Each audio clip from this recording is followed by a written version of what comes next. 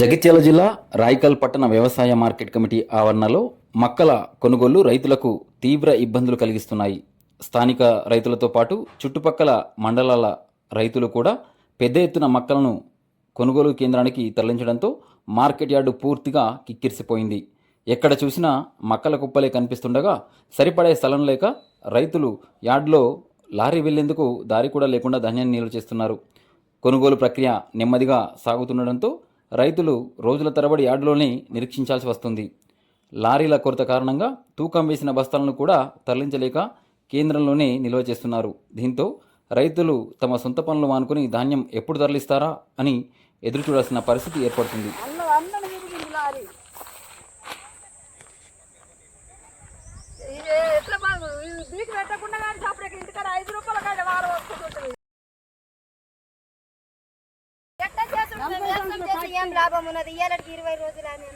ఏమైందమ్మా ఇప్పుడు?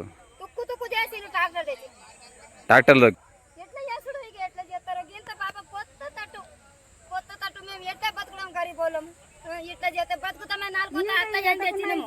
మేము అడ్డు మక్కలు తెచ్చి 15 తారీఖు నాడు తెచ్చినాం. 15 తారీఖు నాడు తెస్తే 24 తారీఖు నాడు కాంట అయింది. మాకు 24 తారీఖు నాడు కాంట అయితే ఇవారికి మాకు లారీ ఇస్తలేరు.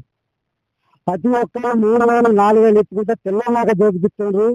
పొద్దున బాగా ఉంటుంది, లారీ వచ్చి పొద్దున లారీ లోడ్ వేసుకొని పోతుంది.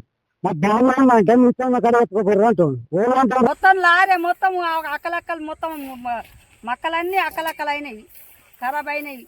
తట్టు 40 సంవత్సరాల తట్టు కథ మొత్తం తుక్కు అయింది. లారీ దొక్కుతాయి. ఎట్లా బతుకుడు ఏం కథ? నిన్నటి నుంచి ఎర్రటి ఎండలా ఉంటున్నా నేను. నిన్నైతే పొద్దున్న దానికి ఏడ్చిన, అప్పుడు పొద్దుగల ఏడ్చినాయి. ఈ పండించేం లాభం, పండియకేం లాభం? కాంట కాలేదు. మొన్న పోసిన మొత్తం లారంతా మొత్తం అక్కలు చేసి దాంట్లోనే తిరిగింది 5 సార్లు పోసినాం. అప్పటి నుంచి అది కాంట అయింది 23-24 అయింది. ఇప్పటికీ లారీలు లేవు. ఆ పక్క పంట కుప్పలని లేకపోతే నా కుప్ప అన్నీ ఉంటుంది. ఒకసారి తట్టెక్కుపోతురు. ఇవన్నీ ఏం బాధలు ఇవన్నీ రైతులకు. కొన్ని లారీలు పెంచాలని, అది తొందరగా ఉన్న సంచులు పటాపట లేపాలని చెప్పేసి కోరుకుంటున్నాం. ఇంకా వేసిన సంచులే దాపు 20 రోజులు అవుతుంది దగ్గర అది ఆడ ఉండబట్టి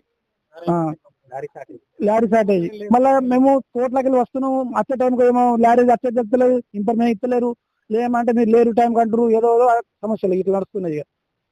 వర్షం పడితే కుప్పలు మన వర్షం తడిస్తే మళ్ళీ మొత్తం పోని మళ్ళీ సంచులు పల్టి కొట్టి మళ్ళీ ఆరబెట్టినాము. అప్పటి నుంచి సంచులు ఇంట్లోనే ఇంకా పోలేదు అవి. ఇక ఇంట్లోనే కాపాడతాము. ఇప్పుడు వానాకాలం టైం వస్తుంది. ఎప్పుడు వర్షాలు పడేది ఎప్పుడు ఏమైతే తెలుస్తలేదు. అందుకోసం బాగా ఇబ్బంది అది. లారీలు పెంచి ఉన్న సంచులు బరాబర్ లేపేసి మళ్ళీ కొత్తగా చూడాలని కోరుకుంటున్నాం. మోహన్ రెడ్డి, నేను ఒక రైతును.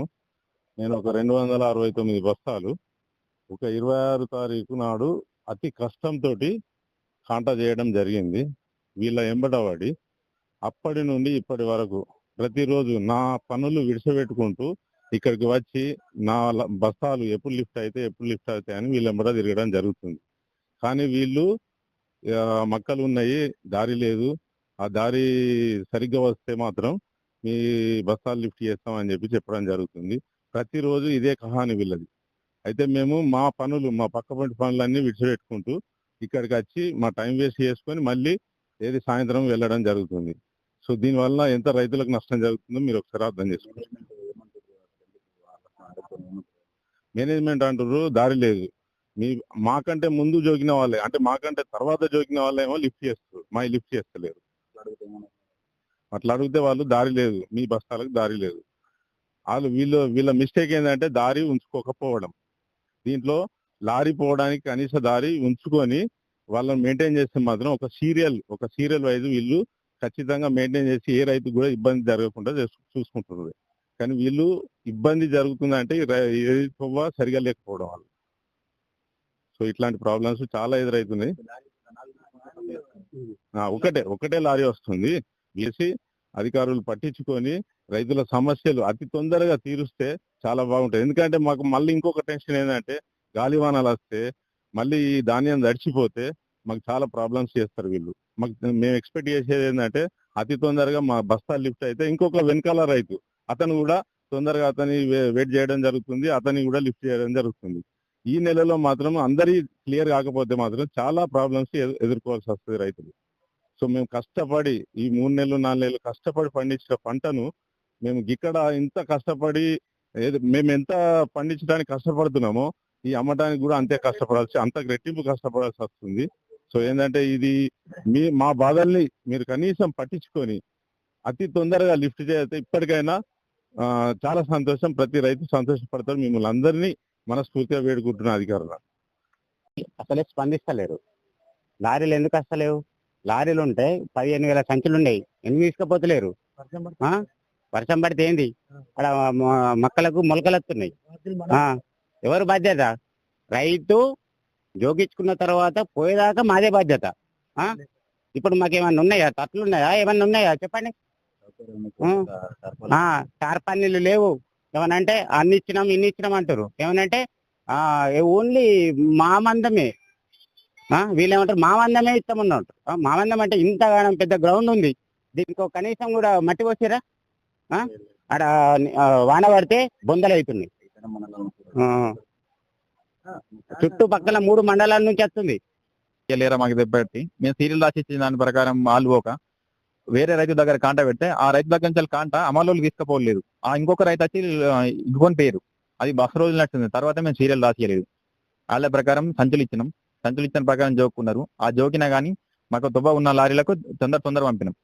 లారీల కొరత వల్ల ఆయన లారీల కొరత లేకుంటే ఒక్క వారం రోజుల పాటు ఇక్కడ ఒక కాంట ఒక్క బస్సు ఒక మక్కల ఇచ్చుస్తూ ఉండదు. ఇక్కడ పలుకుబడి ఉన్న వాళ్ళ ప్లస్ తర్వాత అమలు వాళ్ళకి ఎవరైతే పైసలు ఇస్తారో వాళ్ళే ముందు జోకుతున్న ఆరోపణలు ఉన్నాయి. దాని మీద అన్న అమలు వాళ్ళకి ఇచ్చే రైతులకు నేను అందరిని ఒకసారి పిలుచుకొని చెప్పిన, అమలు వాళ్ళకి మీరు ఒక్క రూపాయి ఎక్కువ మా సీరియల్ ఫాలో గారి అంటే ఏమంటారు, మేము తొందర పోతాం మాకు వేరే పని ఉంది అంటే మీరు ఇయ్యకుది, మేము ఇవ్వమని మా ఏమ్స్ నుంచి లేవలో ఒక్కళ్ళన్న పైసలు ఇవ్వమని మేము చెప్పినామా. మేము చెప్పాను వాళ్ళంతటా వాళ్ళు ఇస్తే మేమేం చెప్తాం. నా ఫోన్ పేకి ఒక 2,000 కొడితే ఉల్టా నేనే రిటర్న్ కొట్టినా. అది ఇప్పిమన్నా మీకు ఇప్పిస్తే ఇప్పుడే మేము ఒకళ్ళు వెళ్ళి తీసుకుంటే వాళ్ళ దగ్గర ప్రూఫ్లు ఉంటాయి కదా. మేము ఒకళ్ళు తీసుకుంటే తూకం వాళ్ళే ఇస్తురు. వీళ్ళు అడుగుడు పక్కెడితే ఫస్ట్ నచ్చింది. ఫస్ట్ ఒక వారం నచ్చింది. అప్పుడున్న రైతులు ఉన్నారు, వాళ్ళని ఒకసారి అడుగురు అప్పుడు డబ్బులు తీసుకున్నారా తీసుకున్నారు. అది మేము మా ఏమ్స్ నుంచి కానీ మా యాజమాన్యంతో మేము ఎలాంటి అసలు డబ్బులు ఇయ్యరని చెప్పలే. ఇచ్చిన వాళ్ళని ఫస్ట్ లో ఇస్తురని తెలిసినాకపోతే ఇయ్యకూరని మేము చెప్పినాం. ప్రతి ఒక్కరికి చెప్పినాం. ఇక్కడ ఉన్న రైతులు ఏ ఒక్కళ్ళని అడుగురు. రైతులే ఇస్తారు. మేము ఇవ్వాల్సి ఇంకా నేను అందరికి చెప్పిన. మహేష్ అన్న సుధా మాకు చెప్పిండు డబ్బులు ఇవ్వాలి ఇవ్వకూరి, వాళ్ళు ఇచ్చే 60 రూపాయలని అన్న అయిపోతాయి. ఇప్పుడు లారీలు షార్టేజ్ చేయబట్టి డ్రైవర్ సుధా మేము బస్తా పైసలు ఒక రైతు దగ్గర నుంచి బస్తాకు 5 రూపాయలు, బస్సులు 3 రూపాయలు, అంతకన్నా ముందు 2 రూపాయలు, ఇప్పుడు 5 రూపాయలు బస్తా డ్రైవర్కి మేమే వెళ్ళిస్తున్నాం రైతు దగ్గర నుంచి. ఉన్న ధాన్యం వాడికి కావాల్సిన అంటే రైతులకు కావాల్సిన టర్పాలిన్ కానీ సౌకర్యాలు మాకు గవర్నమెంట్ నుంచి ఏం రాలే, మాకు యజమాని నుంచి లేదు, అసలు ఇన్ఫర్మేషన్ లేదు. ఈ మన ఒక రోజు వాన పడ్డప్పుడు వేరే రైతులు లోడ్ అయిన వాళ్ళు పోతే అవి తీసుకొని మా అమ్మలోళ్ళే వాళ్ళే కప్పారు.